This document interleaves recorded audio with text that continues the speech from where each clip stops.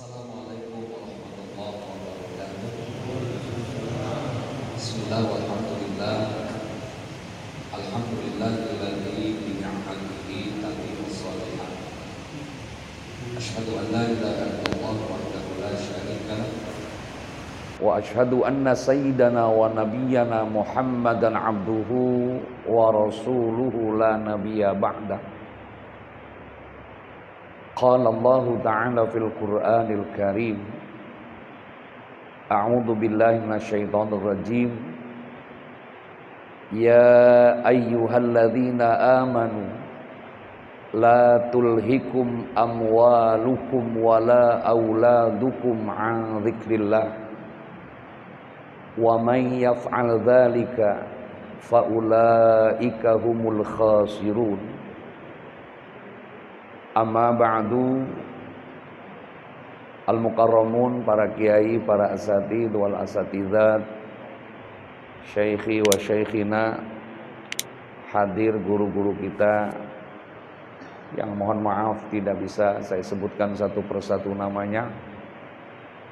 Ayahanda Bapak Haji Zulkiflan Rifai beserta bunda dan keluarga besar, kendati malam ini belum hadir bersama kita, semoga Allah berikan kesehatan padanya, Allah panjangkan umur, segera bersama dengan kita kembali setiap malam Jumat.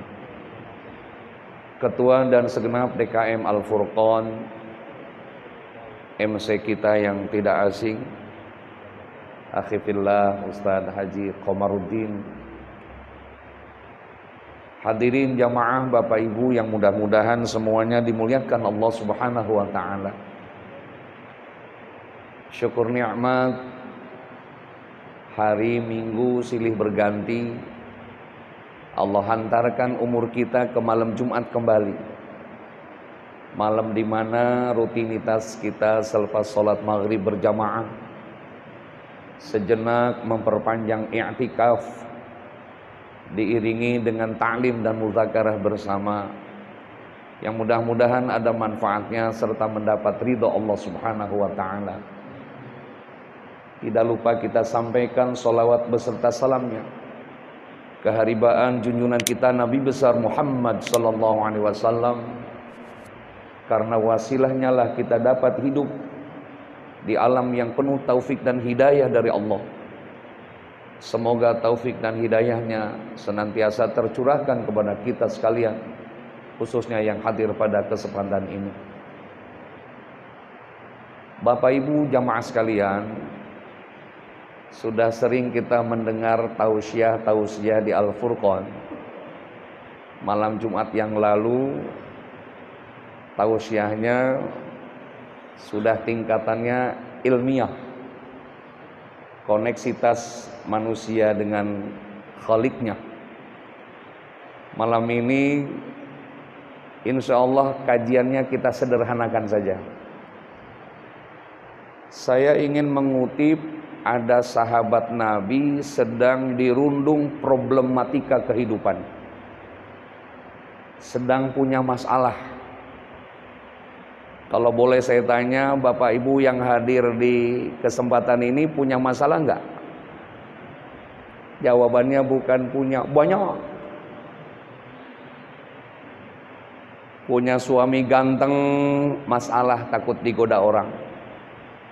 Punya istri kurang cantik, nambah masalah, malu dibawa kondangan. Insya Allah malam ini masalah-masalah kita selesaikan tanpa masalah. Pegadaian. Datanglah sahabat ke hadapan Rasulullah sallallahu alaihi wasallam untuk mengadu. Ya Rasulullah, wahai baginda Rasul, aku dirundung banyak masalah, banyak problem kehidupan, stres, rungsem, ruwet. Rasul menjawab, arba'un min sa'adatil mar'i. Resep menghilangkan problematika kehidupan minimal ada 4 perkara. Yang pertama kata Rasul, darun wasi'un. Kamu harus punya rumah biar bagus asal luas. Ini sahabat nambah bingung lagi nih. Yang kedua, markabun sari'un. Kamu harus punya kendaraan biar cepat, harganya mahal. Yang ketiga, misbahul mudi. Kamu harus punya lampu yang terang benderang. Dan yang keempat, mar'atun sholihatun, punya istri cantik tapi solehah. 4 resep ini insya Allah malam ini kita akan bahas. 1 resep menghabiskan waktu sekitar 30 menit ini. Bagaimana ya? Jadi selesai sekitar setengah 10 kira-kira. Gak jadi masalah. Masalah buat loh.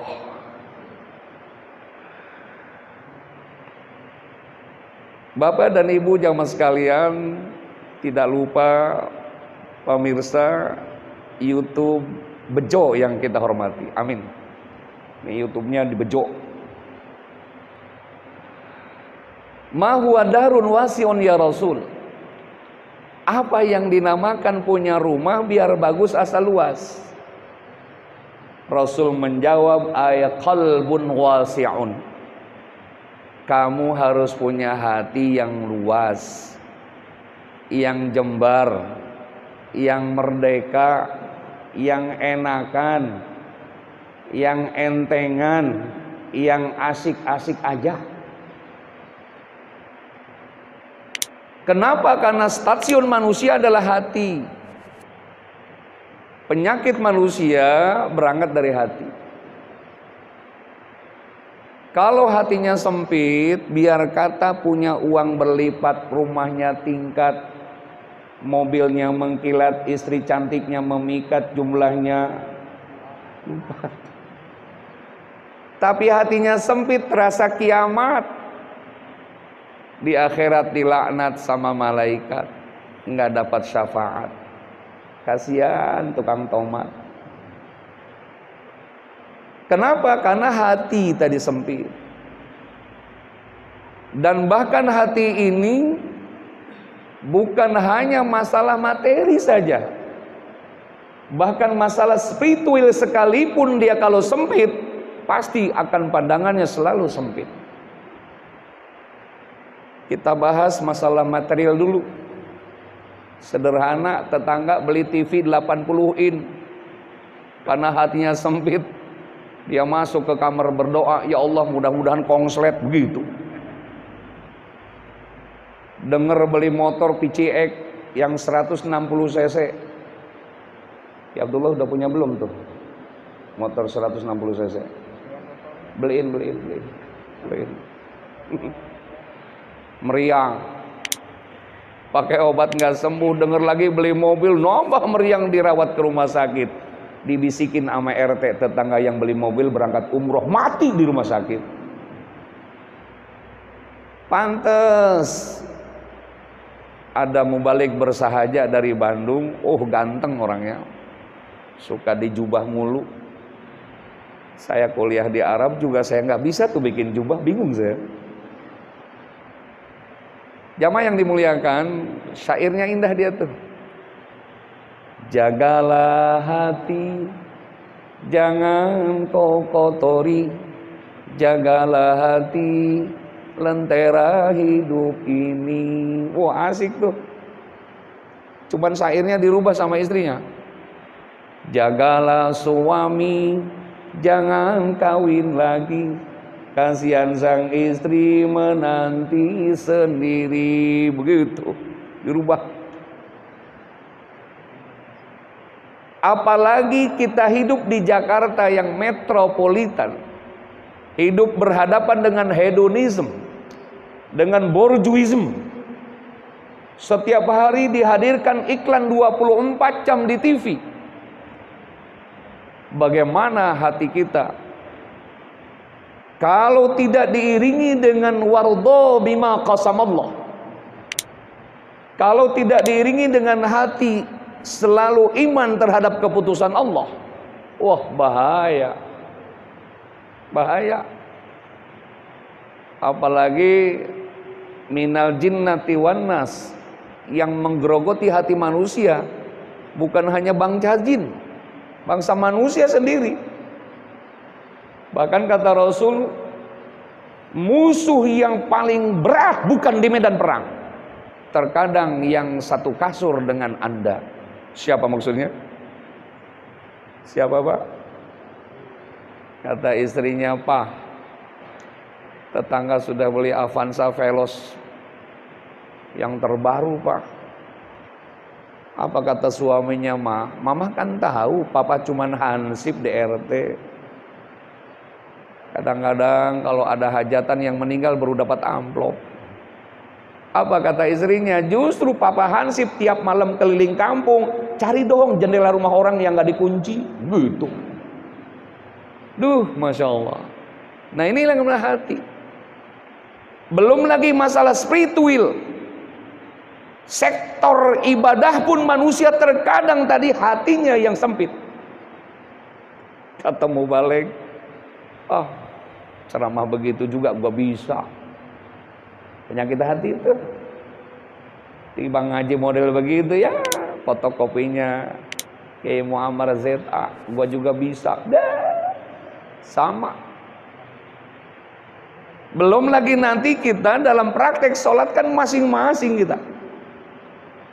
Bagaimana dia mengafiliasiasinya kepada siapa? Ada yang subuhnya pakai kunut, betul? Ada yang tidak. Kenapa bisa terjadi seperti itu? Rasulullah sendiri yang membuka keran demokrasi.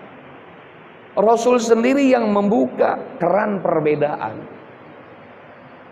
Ya kita kalau ngaji fikih sedikit aja ya, Bulughul Maram atau syarahnya Bulughul Maram namanya Fathul Mulhim. Rasul ketika berwudu musim panas, ketika mengusap rambut hanya diusap 3 lembar saja di atas ubun-ubun. Ketika itu Rasul dilihat oleh Sayyidina Ali. Ali menceritakan, didengar oleh Abu Hurairah, diceritakan ke yang lain menjadi hadis. Rasul juga ketika berwudu musim panas, beliau dari depan ke belakang. Dilihat oleh Al-Imam Ibnu Mas'ud. Beliau ceritakan lagi ke sahabat yang lain jadi hadis. Beliau pernah berwudu ketika musim dingin hanya diusap sorbannya saja, tidak rambutnya. Dilihat oleh Imam Ibnu Mas'ud, diriwayatkan ke yang lain. Juga Rasul pernah berwudu ketika mengusap rambut dari depan ke belakang, dari belakang ke depan. Dilihat oleh Anas bin Malik. Sengaja ternyata Rasul membuat perbedaan itu. Sengaja ternyata Rasulullah membuat demokrasi seperti itu. Maka muncul kata Rasul, ikhtilaful ummati rahmatun, perbedaan umatku adalah rahmat. Apa itu rahmat? Semua tafsir memaknakan rahmat itu kebaikan. Ayo mau baca tafsir apa? Pasti artinya rahmat itu kebaikan. Jadi bapak nanti kalau pengen punya menantu baik, cari namanya rahmat. Baik. Nah tadi yang 3 lembar rambut Abu Hurairah diadopsi oleh Al-Imam Syafi'i radhiyallahu anhu. Kemudian yang Anas bin Malik tadi dari depan ke belakang diadopsi oleh Al-Imam Abu Hanifah. Yang dari depan ke belakang, belakang ke depan, dari Ibnu Mas'ud diadopsi oleh Al-Imam Malik bin As-Sufyan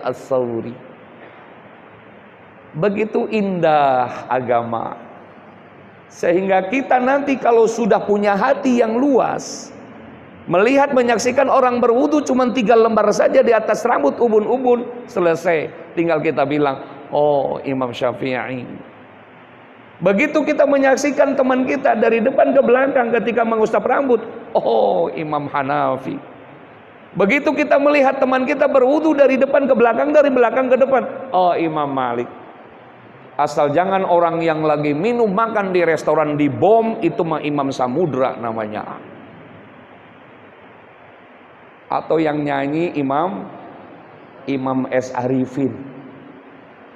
Nah ini termasuk penyakit hati, akan dihinggapi walaupun hal-hal spiritual, hal-hal agama. Kata Syekh Ahmad Albani ketika harik asabi waktu at-tahiyat, gerakan telunjukmu. Al-Imam Albani itu murid pertamanya dari Imam Ibnu Taimiyah. Beliau memberikan fatwa ketika tasyahud, ketika tahiyat, telunjuknya itu harus harak. Artinya hawarik, digerak-gerakin. Asyhadu an la ilaha illallah. Gerak. Syekh Albani. Pahamnya Imam Ibnu Taimiyah diadopsi oleh Syekh Abdullah Al-Baz, pahamnya Wahabi. Umumnya di Saudi Arabia. Gini terus, kira-kira gini. Oke. Kalau yang harik asabi, luruskan telunjukmu ke kiblat dengan 3 jari dikepal, telunjuk dan jempolnya seperti huruf 5. Jadi 53 dalam hadis itu. 5 artinya yang buletan ini, kemudian yang 3 dilipat tuh di atas dengkul kita, biar asyhadu alla ilaha illallah tidak ada gerakan. Nah ini diadopsi oleh Imam Syafi'i radhiyallahu anhu. Kalau berbicara Imam Ibnu Taimiyah dan Syekh Al-Madhi, abad 13 Masehi, 800 tahun dari Rasulullah wafat. Tapi berbicara Imam Syafi'i 115 tahun dari Rasulullah wafat. Beliau putra dari Syekh Idris. Ibunya namanya Nyai Hajjah Siti Fatimah, putri Abdullah Al-Mahdi, mufti am kerajaan Bani Abbasiyah. Abdullah Al-Mahdi putra Sayyiduna Hasan Musanna. Hasan Musanna putra dari Sayyiduna Hasan. Sayyiduna Hasan putra dari Sayyiduna Ali, putra daripada Sayyidah Fatimah Zahra.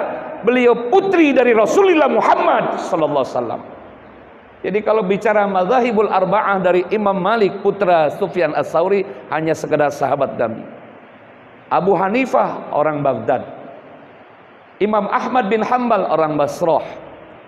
Baru Imam Syafi'i dari Gaza, Palestina, yang darahnya langsung ke Rasulullah SAW. Mohon maaf, bukan saya berarti fanatis Imam Syafi'i, bukan.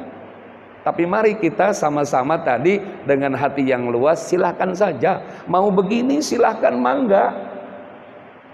Ada yang nanya, Ustaz Zabidi, boleh nggak atahiyatnya begini? Saya bilang boleh aja, silahkan, ada dalilnya. Daripada begini, gua bilang begitu.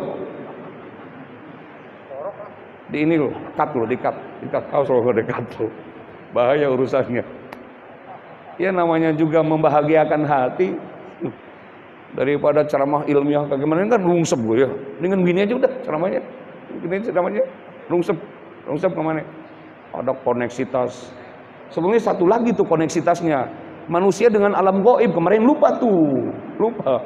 Makanya gua tambahin kalau ceramah kemana-mana. Nanti jamaah kalau yang nggak puas dengan ceramah saya, silakan hari Selasa di RCTI, Rebo ANTV, Minggu di SCTV. Silakan. Cari aja silakan. Cari aja udah. Bodoh amat kagak. Saya dapat slot di ANTV setengah 4 pagi. Ya siapa yang nonton? Kori kita aja belum bangun.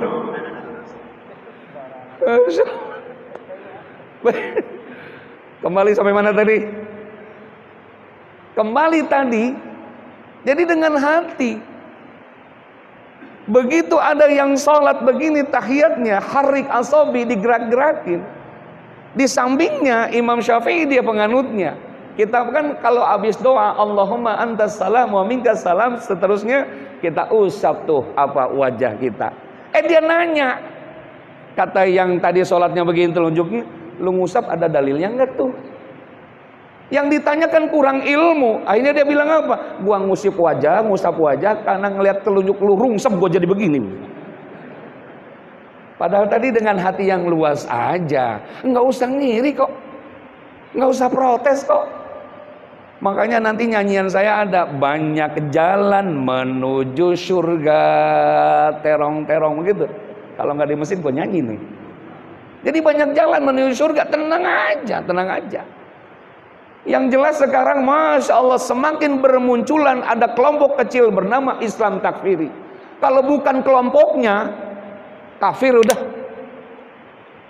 Padahal subhanallah di hadapan Allah, nilai agama di hadapan Allah bukan jenggotnya panjang, bukan jidatnya hitam, bukan gamisnya sampai ke bawah, bukan jiblahnya sampai ke ubun-ubunnya, bukan. Tapi di hadapan Allah, inna akramakum indallahi atqakum, itu saja. Makanya sering saya ngajarin ke anak-anak remaja, suka baca hadis, ada istilah syaikhani.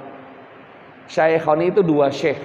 Maksudnya Imam Bukhari dan Imam Muslim. Ada lagi muttafaqun alaih, siapa? Imam Bukhari dan Imam Muslim. Dan nama itu 400 tahun dari Rasulullah wafat baru ada istilah syaikhani. Karena adat orang Arab, kalau dipandang orang alim al-alamah, ilmu agamanya mumpuni, maka dipanggilnya syekh. Dan itu adat orang Arab. Namanya ustad, nih ustad dengerin. Guru bahasa Inggris di Arab dipanggilnya ustad. Guru matematik, biologi dipanggilnya ustad, dengerin, sama lu dengerin. Ini kadang-kadang anak remaja yang rohis tuh panggilnya tan. Kalau mau budaya Arab silakan panggil syekh. Sekarang Indonesia punya budaya, punya di Jawa sana, Jawa Tengah, Jawa Timur. Kalau ilmu agamanya mumpuni dipanggilnya bayai. Istrinya ibu nyai. Di Aceh Tengku, maaf bukan teku. Kalau Teku pahlawan, Tengku itu guru besar. Nah, kalau Teku marga. Makanya kadang-kadang saya protes mulu. Kalau marga di Arab sampai sekarang mereka pertahankan. Seperti marga Jaber. Jaber itu marga terkemuka di Madinah. Dan itu dipertahankan. Bagaimana menjaga harkat martabatnya marga. Dijaga. Makanya sampai ke Indonesia kan ada keturunan dari Jaber, namanya Al-Mafullah Syekh Ali Jaber. Dijaga. Indonesia, waduh, nggak pernah menjaga nilai-nilai kebangsawanan leluhurnya. Teku kan hebat pahlawan di Aceh, ada Cut Mutia, ada Cut Nyadin, ada Teku Umar. Giliran ke Jakarta, Cut Tari, Cut Keke, Cut Meme. Bongkar-bongkar rok semua itu urusannya. Banten dulu bangsawannya, laki-laki itu bagus, perempuannya ratu, kan hebat, pertahankan marga itu, karena itu bangsawan. Sekarang tuh bagus dibui, ratu ikut-ikutan juga dibui. Duh, Masya Allah. Jadi seperti itu. Kembali tadi di Jawa bayai, orang Sumatera buya, Al-Mafullah Buya Hamka. Itu adat panggilan orang alim al-alama. Di Sunda ajengan di Sunda. Di Jawa kiai anaknya dipanggil Gus. Ajengan dipanggil anaknya Kang. Buya dipanggil anaknya Buyung ya. Terserah lu lah, gue nggak tahu. Nah ini bagian daripada kembali kepada hati tadi. Ya masing-masing aja udah. Yang penting jangan sampai ada sebuah pengamalan agama yang tidak ada maroji. Nah ini bahaya. Muncul di Taman Jaya, daerah Kecamatan Sungur, perbatasan Laut Selatan, Pandeglang Utara, Pandeglang Selatan sana, ada sekelompok orang sholat menghadap 4 penjuru angin. Masya Allah. Jadi rokat pertama ke barat, rokat kedua selatan, rokat ketiga ke utara, rokat keempat ke timur. Masya Allah. Sekarang tuh Kalau mau tahu Pandeglang, kampungnya Ustadz Maehe itu sana. Kalau saya sih Cengkareng. Jamaah yang dimuliakan, kembali tadi, yuk kita biasa saja, biasa saja. Sampai-sampai Masya Allah, kalau teman kita di samping kanan kiri kita sholat, mereka kalau menggunakan Imam Syafi'i tadi, kata Imam Syafi'i, sawwa saffu sufufakum, luruskan barisan kalian. Jadi bahasanya luruskan. Maka kata Imam Syafi'i, pundaknya kalau sudah lurus selesai. Tapi kata Syekh Albani, bukan luruskan, rapatkan. Saya tanya, luruskan dengan rapatkan beda nggak? Beda. Kalau rapatkan, oh berarti harus nginjek kelingking yang satunya. Jadi kiri kanan depan belakang, kiri kanan itu harus diinjek kelingkingnya. Karena bahasanya rapatkan. Karena salah makna tadi, keliru makna. Menurut kita. Tapi di situ ada persamaan. Kalau memang sama kiri kanannya, silakan injek kelingkingnya. Tapi kalau beda, kayak Ustadz Komar kan nggak biasa nginjek kelingking, maka jangan dipaksain diinjek kelingking. Apalagi kalau orang Betawi diinjek kelingking. Iya, kalau lagi cantengan coba. Tahu cantengan? Lagi ada nanahnya di sini lagi, waduh berantem iya, sholat nggak beres, berantem iya. Apalagi kalau yang suka bercanda, begitu diinjek kelingking, nggak kena begitu. Sholat nggak bakal selesai itu. Kembali kepada hati tadi, biasa saja, jangan dipaksakan. Kenapa? Karena punya dalil. Saya iktikaf di Raudhah dengan jamaah selepas subuh. Biasa, alhamdulillah dikasih kesempatan iktikaf. Nah, menjelang syuruk ada yang sholat sunnah isyraq. Itu kalau orang sana bilang, la tusalli haram, la tusalli haram. Jangan sholat, tidak ada dalil, dilarang. Saya bilang, la takallam kida ya Syekh. Lianna al-Imam Syafi'i, lianna syuruk sunnatu li takrir. Saya bilang, sholat sunnah syuruk itu memang tidak ada hadis, tapi diamalkan oleh sahabat, disebut dengan hadis takririyah. Jadi ada qauliyah, ucapan Rasulullah, ada yang disebut dengan fi'liyah, kerjaan Rasulullah, derap langkah Rasulullah, ada hadis takririyah yang tidak dilakukan oleh Rasulullah tapi dilakukan oleh para sahabat. Contohnya tadi sholat sunnah syuruk. Satu waktu Bilal bin Rabah ke masjidnya lebih awal, sebab beliau kan muadzin. Jadi kalau muadzin kan lebih awal datangnya. Kalau penceramah lambat juga nggak jadi masalah. Ini muadzin kadang-kadang WA udah di mana kiai begitu. Padahal kan dari sono begitu. Kalau muadzin awal, makanya Bilal kalau ke masjid selalu awal. Beliau berwudu, setelah berwudu beliau sholat sunnah ba'dal wudu. Jangan salah nyebut, jangan syukur wudu, ba'dal wudu. Ketika Bilal sholat 2 rakaat selesai ditanya, "Matusalli ya Bilal? Sholat apa kamu Bilal?" Kata Bilal, "Aku sholat setelah wudu mensyukuri nikmat hari ini bisa berwudu." Rasul tidak menyuruh dan tidak melarang. Dalam istidlal hukum kalau seperti itu boleh dilakukan, boleh tidak, silakan. Jangan sampai kayak orang Arab tadi bilang, "Haram la tusalli, haram la." Pale lu peyang gua bilang. Kita harus menggunakan hadis takriri tadi. Kenapa? Amalul soleh daripada sahabat sama kita amalkan juga. Siapa Bilal bin Rabah? Jangan melihat kulitnya hitam. Beliau itu Masya Allah, sebentar lagi kita Isra Mi'raj. Nanti kalau mau cerita Bilal bin Rabah, undang nanti peringatan Isra Mi'rajnya. Saya kasih bocoran dulu ya. Rasul ketika diperlihatkan miniatur surga, ada suara kelontrang begitu. Rasul nanya, "Mada sautu ya Jibril?" Suara apa itu ya Jibril? Suara Bilal bin Rabah. Kalau mau ke masjid, mau adzan, dia kan pakai bekiak. Bekiaknya itu suka bunyi kelontrang sampai terdengar ke surga, Masya Allah. Makanya sekali-kali muadzin di Al-Furqan pakai bekiak, pakai dengar ke surga. Itulah luar biasa Bilal bin Rabah, sahabat Rasul yang dijamin masuk surga. Masa iya amaliyahnya kita nggak mengikutinya? Kalau yang mau silakan, sholat sunnah syuruk. Bahkan kata Imam Nawawi, mohon maaf, lihat di Al-Adhkar.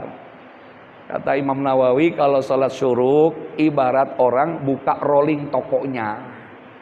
Sholat duha manggil konsumen. Ini pantesan toko kita nggak laris-laris, nggak sholat syuruk sih masalahnya. Sunnah syuruk tadi ibarat toko tadi apa bu? Pak, buka rollingnya. Sholat duha memanggil konsumen. Insya. Nah ini takririyah. Nanti sholat tasbih takririyah kita bahas.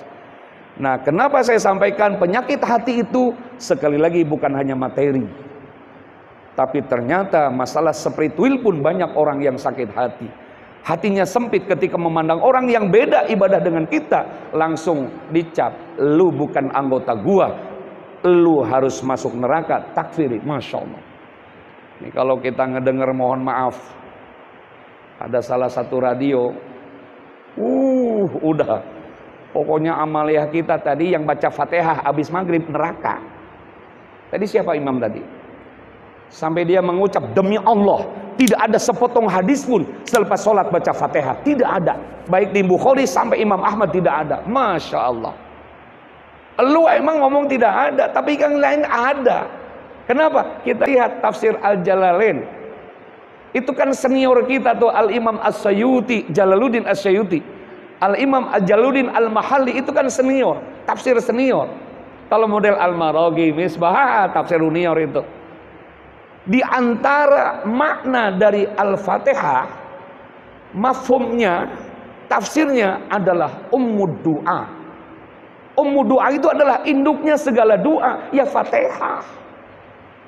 Sedangkan sebaik-baiknya berdoa ba'da sholat, maka baca apaan kita habis sholat kalau bukan Fatihah? Ini begini nih ceramah kalau belum makan. Terus apa terus? Ada senior malu gua, keolik. Lancang jadinya gua nih. Jadi jangan sampai menyalahkan orang karena hatinya yang sakit, hatinya. Ada lagi yang lucu, persyaratan imam harus berjenggot. Berarti kayak Abdullah, gak sah lu imam. Coba buka, ada jenggotnya gak? Gak sah. Sama gak sah juga. Ini separuh sah nih. Separuh sah lu. Padahal jenggot itu kan ada 4 macam. Ada jenggot ulama, jenggot habaib, jenggot artis, jenggot kambing. Jenggot ulama panjang rapi, habaib panjang juga rapi, artis pendek rapi. Yang keempat jenggot kambing 7 lembar dipiara. Kira-kira saya jenggot apaan ya? Gua lempar loh pakai mic. Kalau ngomong kambing gua lempar loh. Terserah lah, mau jenggot artis gak jadi masalah lah. Subhanallah. Jamaah yang dimuliakan oleh Allah. Tadi kembali kepada penyakit hati. Maka tadi dibebaskan oleh Rasulullah. Ikhtilaful ummati rahmatun. Begitu indah Imam Malik dengan Imam Syafi'i. Imam Malik itu ahli hadis. 5 tahun sudah hafal Al-Quran. Subhanallah 13 tahun 1 juta hadis hafal. Imam Malik bin Sufyan Ats-Tsauri. Sama sederajat dengan Imam Ahmad bin Hanbal. Kenapa? Karena ulama-ulama tadi berbagai macam karakter. Makanya kalau punya kitab hadis harus lengkap di rumah. Jangan Bukhari Muslim mulu. Padahal karakternya nih, Imam Bukhari, Sahih Bukhari, kandungannya hadisnya tentang hukmiyah. Hukum-hukum aja mayoritasnya. Sama dengan Sahih Muslim, hukum aja, hukum. Tapi berbicara Imam At-Tirmidzi, kita bicara fadilah amal. Bicara Imam Abu Daud, bicara fadilah amal. Bicara Imam Nasai, bicara sejarah. Bicara Imam Ahmad, bicara sejarah. Jadi kalau mau bicara hadis, harus komplit bukunya semua di rumah. Alhamdulillah saya komplit di rumah. Kenapa komplit? Kan saya Selasa ketiga di sini, malam Jumat setahun 2 kali. Alhamdulillah suka ditransportin sama ayah. Transportnya saya kumpulin tadi buat beli kitab. Sisanya buat beli mobil, beli rumah, beli sawah, bikin pondok. Sisanya. Ya kan ini makan pokok. Kalau ceramah kan itu mah sambilan ceramah mah. Insya Allah besok saya di Rajeg ceramah. Yang Rajeg mana tuh? Jemput saya nanti depan kecamatan Rajeg ya. Insya Allah. Alhamdulillah berkah, masya Allah. Kembali tadi ke Darun Wasi'un, punya hati yang luas. Maka kita, oh kalau sudah punya ilmu, dia mah Imam Malik ternyata. Oh dia mah Imam Syafi'i. Maka jangan sampai menyalahkan. Begitu kita berjamaah di Madinah, kok imamnya nggak baca bismillah? Padahal bismillahnya kata Imam Malik tidak termasuk suratul Fatihah, maka dibacanya cuma sunnah. Fatihahnya dimulai dari kalimat hamdalah, alhamdulillah. Kenapa? Karena suratul ladzina an'amta alaihim itu menjadi satu ayat, ghairil maghdubi alaihim satu ayat. Jadi jumlahnya sama 7 ayat. Makanya di sana mah kalau imam siratal ladzina an'amta alaihim ghairil maghdubi alaihim waladdallin.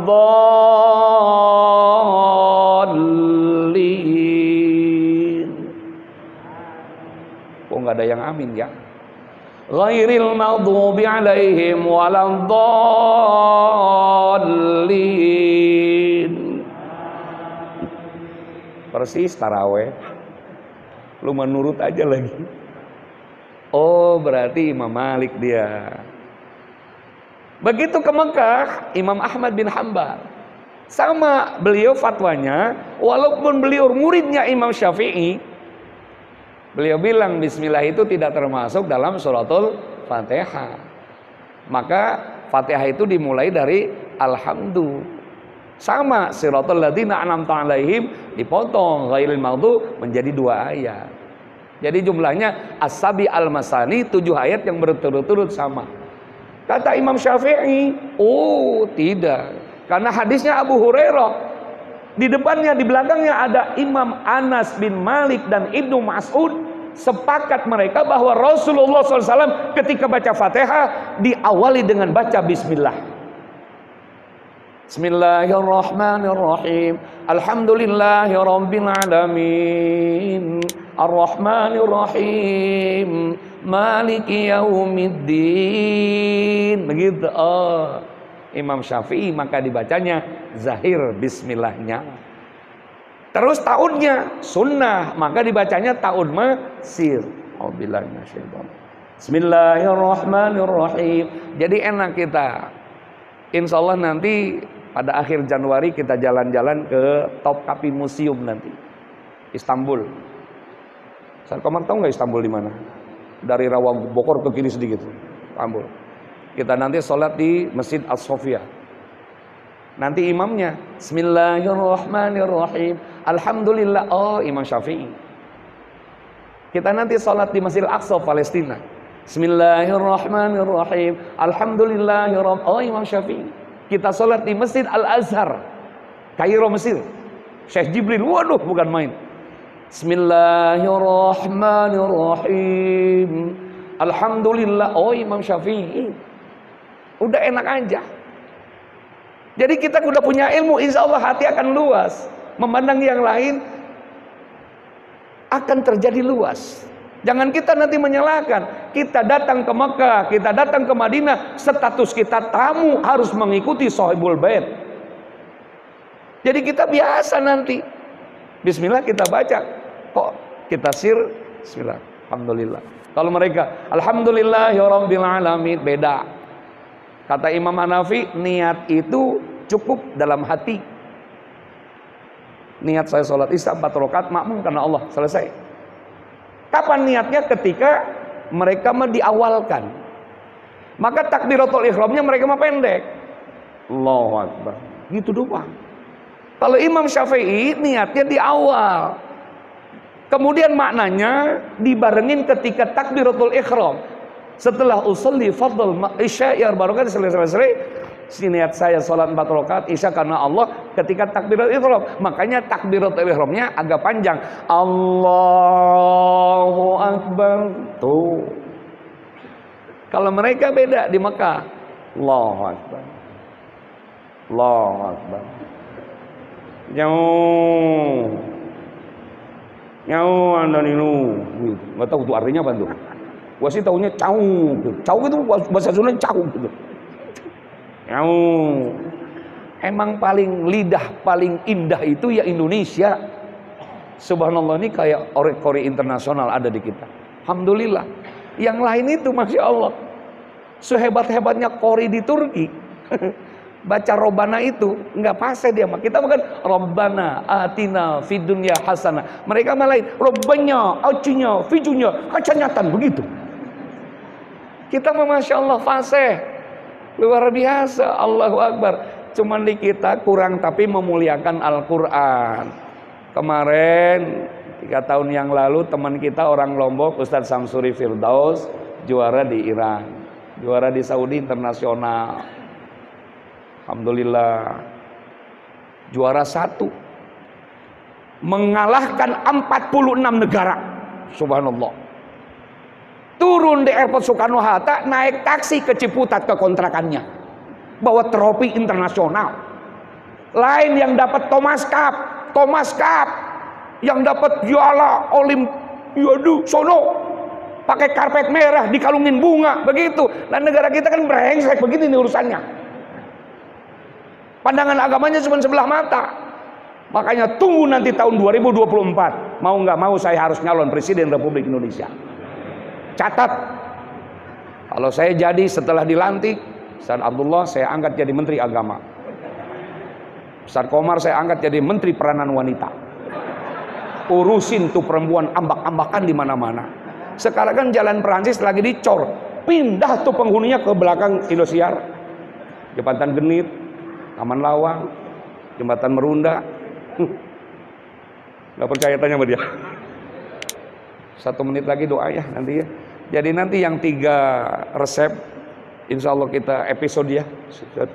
Cuman ceramahnya setahun sekali sih di sini. Jadi episodenya nanti mungkin tahun 2023 kali ya. Nah, mudah-mudahan ada manfaatnya. Terima kasih atas perhatiannya. Kurang lebih mohon maaf. Wallahul muwaffiq ila aqwamit thoriq. Assalamualaikum warahmatullahi wabarakatuh.